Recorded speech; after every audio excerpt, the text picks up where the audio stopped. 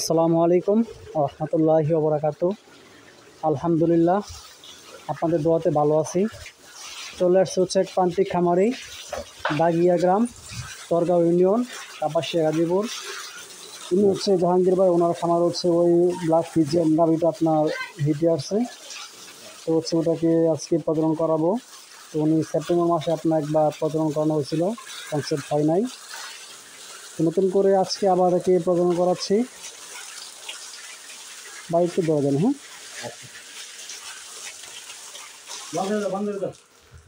আপনি হচ্ছে এক হাতে গলায় ধরবেন, আরেক হাতে লেজের চুলটা ধরে পিঠে মাঝখানে হালকা করে ধরবেন,